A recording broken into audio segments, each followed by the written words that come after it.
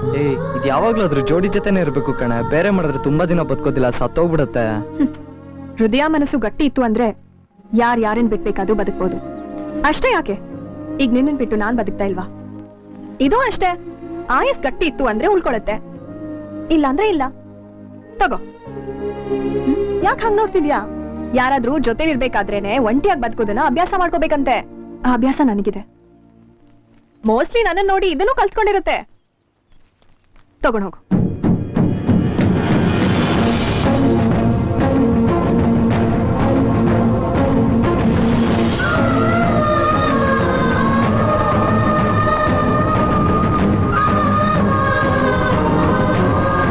ನನಗ್ ಮಾತ್ರ ಅವಳ ಜೊತೆ ಇರೋ ಅದೃಷ್ಟ ಇಲ್ಲ ಅಂದ್ಕೊಂಡಿದ್ದೆ, ನಿನ್ಗೂ ನಿಲ್ಲವರ್ ಜೊತೆ ಇರೋ ಅದೃಷ್ಟ ಇಲ್ವಲ್ಲ?